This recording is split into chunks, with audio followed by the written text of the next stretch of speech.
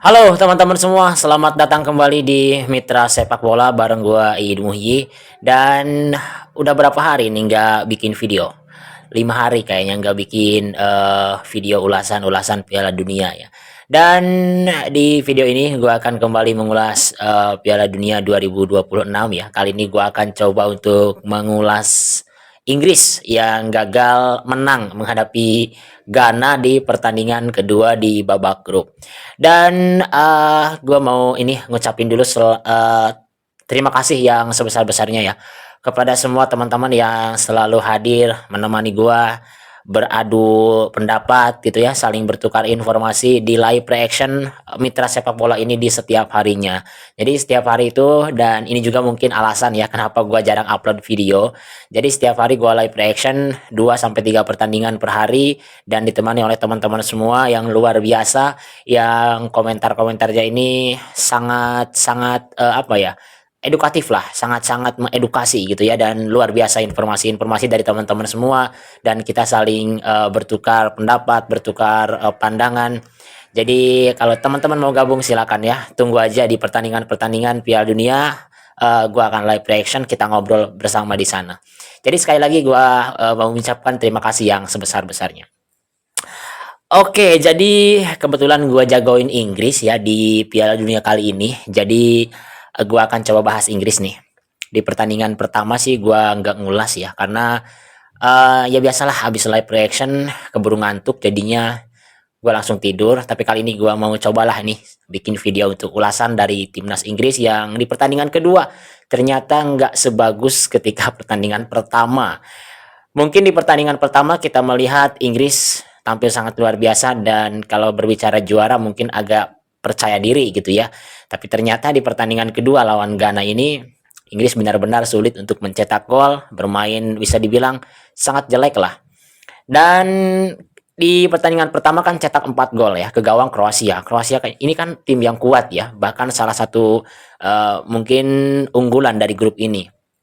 Tapi ya kita harus lihat dulu lah bagaimana lawan Kroasia. Kroasianya sendiri itu bermain terbuka, bermain menyerang juga. Jadi banyak celah di pertahanan di tengah yang bisa dimanfaatkan oleh para pemain Inggris. Dan juga di pertandingan itu para pemain Inggrisnya juga tampil bagus ya. Mereka bisa melakukan beberapa umpan progresif ke depan dan beberapa menjadi gol. 4 kalau nggak salah, 4 ya, 4 gol. Kemudian lawan Ghana ini benar-benar bertahan, benar-benar low block Ghana. Benar-benar ini mereka itu tujuan di pertandingan lawan Inggris di pekan atau pertandingan kedua babak grup ini, mereka cari nggak kebobolan aja. Nggak kebobolan sama Inggris, dan syukur-syukur mereka bisa cetak gol. Dan mereka hampir cetak gol. Untung Inggris nggak kebobolan. Kalau Inggris sampai kebobolan dari Ghana, ini situasinya akan sangat sulit karena Inggrisnya sulit untuk cetak gol. Tapi untungnya kejadian itu nggak terjadi lah, nggak terjadi Inggris kebobolan. Jadi untunglah bagi fans Inggris. Kemudian di pertandingan ini apa ya? Harusnya sih mungkin publik Inggris, terutama Inggris ya, timnas Inggris ini harus berterima kasih sih pada hasil pertandingan ini. Sesuai dengan mungkin thumbnail ya, gua bikin thumbnail Inggris harus berterima kasih nih pada hasil pertandingan ini. Kenapa? Karena tamparan ini datang di babak grup, datang di awal lah, datang di awal yang masih bisa diperbaiki, masih ada waktu untuk mengevaluasi, dan masih ada waktu untuk membuktikan bisa lebih baik. Kalau misalkan situasi ini terjadi di babak 32 besar yang sudah masuk babak gugur, selesai Inggris berarti. Selesai, udah nggak ada lagi harapan. Nah, untungnya ini datang ke Inggris, tamparan ini lebih awal.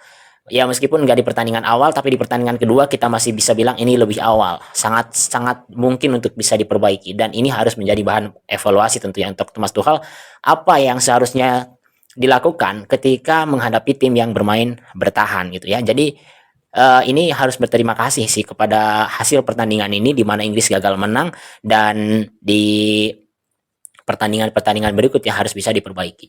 Nah, berbicara pertandingan lawan Ghana ini ya, pemain-pemain Inggris ini benar-benar tampil berbanding terbalik dengan yang terjadi di pertandingan pertama gitu ya.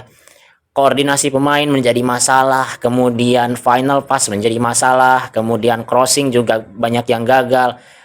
upaya-upaya cut inside untuk kemudian shooting juga banyak yang gagal. Blocking para pemain Ghananya sangat bagus. Jadi ketika mencoba untuk melakukan cut inside kemudian melakukan shooting, ini beberapa bisa diblok oleh para pemain Ghana. Dan di pertandingan ini praktis umpan-umpan progresif ke depan itu hampir tidak ada, bahkan mungkin hanya sekali dua kali aja. Kebanyakan yang gagal karena jalur passing para pemain Inggris ini benar-benar ditutup oleh para pemain Ghana, dan pemain-pemain Inggris yang turun dari starter nggak ada yang bisa untuk memecah masalah itu. Kemudian bola banyak ke samping, terutama ke Noni Madueke, yang Noni Madueke sendiri nggak bisa apa-apa, nggak bisa melewati para pemain Ghana ya. Mungkin ya karena Noni Madueke ya begitu skillnya cuma segitu gitu ya. Jadi sangat disayangkan. Kemudian overlap dari back sayap Rhys James juga banyak gagal crossingnya. Di kiri Jed Spence juga, ini kenapa milihnya Jed Spence bukan Nico O'Reilly ya, padahal dengan masuknya Nico O'Reilly hampir di penghujung babak kedua gitu. Ini membuat sebuah perubahan bagi Inggris, dan inilah mungkin yang dilihat oleh Thomas Tuchel untuk pertandingan berikutnya ketika menghadapi lawan yang bermain bertahan ya. Dia sudah punya sedikitnya mungkin informasi lah, atau sedikitnya sudah punya gambaran lah bagaimana cara bermain menghadapi pemain ya tim yang bertahan. Ini pemain-pemain seperti Nico O'Reilly ini wajib starter gitu ya, karena dia bisa menciptakan peluang. Jadi secara umum di pertandingan lawan Ghana ini pemain-pemain Inggris ini sangat-sangat tidak maksimal penampilannya. Seperti tadi gua bilang ya, koordinasi, kemudian gagalnya melakukan umpan-umpan progresif, kemudian gagalnya juga melakukan final pass, crossing banyak yang gagal, dan bola mati tidak ada yang bisa dimanfaatkan, dan juga ada beberapa kesalahan di area pertahanan gitu ya. Kesalahan dalam arti beberapa celah terjadi di pertahanan Inggris yang membuat Ghana bisa masuk, yang membuat Ghana bisa nyerang dan hampir cetak gol. Untung aja kejadian itu masih bisa dicegah. Jadi Inggris nggak kebobolan, karena kalau Inggris kebobolan sulit bagi Inggris untuk mencetak gol. Kemudian kalau kita berbicara perjalanan Inggris gitu ya untuk ke depannya dari babak grup ini, sangat mungkin bagi Inggris untuk menjadi juara grup, sangat mungkin. Kenapa? Karena Inggris saat ini kan menempati peringkat pertama dengan 4 poin sama dengan Ghana. Dan di pertandingan terakhir, untungnya Inggris menghadapi Panama, tim yang mungkin terlemah di grup ini ya. Tim terlemah, dan Ghananya sendiri yang poinnya sama dengan Inggris menghadapi Kroasia, tim yang berat. Jadi sangat mungkin bagi Inggris untuk menjadi juara grup. Namun pertanyaannya adalah ketika nanti Inggris jadi juara grup, ini kan masuk ke babak 32 besar, otomatis akan ketemu dengan tim yang bukan menjadi juara grup dari grup lainnya, tapi akan bertemu dengan peringkat 3 terbaik sepertinya. Nah, tim-tim yang lolos sebagai peringkat 3 terbaik ini sepertinya akan diisi oleh tim-tim yang bermain bertahan, tim-tim yang seperti Ghana ini. Nah, untungnya sekali lagi tadi Inggris harus berterima kasih kepada pertandingan kedua ini, karena ini harus menjadi pembelajaran. Kalau nanti di pertandingan babak gugur bertemu dengan tim yang low block, Inggris harus sudah punya caranya, harus punya solusinya. Nah, di babak 32 besar nanti kalau Inggris juara grup, kemungkinan akan bertemu tim yang seperti Ghana ini. Jadi gua rasa sih benar-benar dari pertandingan ini harus bisa dijadikan sebuah pelajaran yang berharga, pelajaran yang harus bisa dievaluasi, diperbaiki, dan masih ada waktu. Pertandingan menghadapi Panama harus dijadikan momentum Inggris untuk membuktikan, dan Panama juga kemudian kemungkinan akan bermain dengan bertahan. Jadi harus bisa dibuktikan tuh, kalau Panama bermain bertahan, Inggris bisa cetak gol atau enggak. Dan kalau lawan Panama, mungkin kita akan juga melihat ya starting 11 yang berbeda sepertinya. Dan itulah mungkin akan menjadi sebuah pembuktian dari Inggris. Nah, apa yang bisa dilakukan oleh Thomas Tuchel? Mungkin ini kita berbicara pendapat kita aja ya, karena kita juga tahulah bagaimana hebatnya Thomas Tuchel, yang mungkin sudah tidak perlu lagi atau mungkin omongan-omongan kita ini hanya sebatas hiburan ya. Jadi bukan kita sok tahu atau bukan kita sok pintar, tapi ini hanya sebatas pendapat kita aja, hiburan gitu ya. Nah, apa yang bisa dilakukan oleh Thomas Tuchel kalau kita melihat dari pertandingan sebelumnya menghadapi Ghana, Inggris sangat buntu gitu ya. Dari starting 11 aja mungkin ini sudah agak meragukan gitu ya, dengan Jed Spence yang dipilih bukan Nico O'Reilly. Nah, di pertandingan berikutnya mungkin yang bisa dilakukan oleh Thomas Tuchel adalah bagaimana memberikan kesempatan kepada Nico O'Reilly dari awal. Dia bisa overlap, dia bisa create peluang, dia bisa eksekusi dari sundulan contohnya, itu yang terjadi kan di lawan Ghana. Dia masuk dengan beberapa menit tersisa, tapi dia bisa ciptakan peluang berbahaya, dan dia bisa overlap juga. Kemudian Selain Nico O'Reilly mungkin ada Bukayo Saka di depan gitu ya, kemudian Marcus Rashford. Ini ketika di pertandingan Ghana, Noni Madueke tidak bekerja dengan optimal, ya harusnya sih Saka yang dimainkan gitu ya. Kemudian Rashford juga, Anthony Gordonnya tidak bagus-bagus amat, dan masuknya Rashford menjadi lebih bagus gitu. Jadi mungkin di pertandingan-pertandingan berikutnya, terutama di pertandingan krusial seperti di babak gugur, kalau misalkan ingin bisa untuk lebih tajam lagi, lebih klinis lagi, ya pemain-pemain seperti Rashford, seperti Saka harus diberikan kesempatan yang lebih banyak waktunya. Dan terutama di belakang juga nih ke O'Reilly, agar apa? Agar adanya bantuan, kontribusi dari pemain bertahan untuk melakukan sebuah tekanan. Dan mungkin apa ya, di pertandingan lawan Ghana ini gitu ya, itu ada sesuatu lah yang cukup menghibur bagi kita, atau cukup bagi kita sebagai fans Inggris maksudnya ya. Dari pertandingan menghadapi Ghana ini, sisi positifnya lah, itu kita melihat adanya keberanian ya dari Thomas Tuchel untuk merotasi pemain-pemain dengan mengambil resiko yang besar. Mengambil resiko yang besar dalam arti ini mencoba untuk bermain menyerang untuk menciptakan gol. Salah satunya adalah ketika Elliot Anderson diganti oleh pemain yang karakternya lebih menyerang. Itu kan Elliot Anderson diganti, dimasukkan Eze, kemudian Rogersnya menggantikan Bellingham. Ini kan berarti karakternya menyerang nih.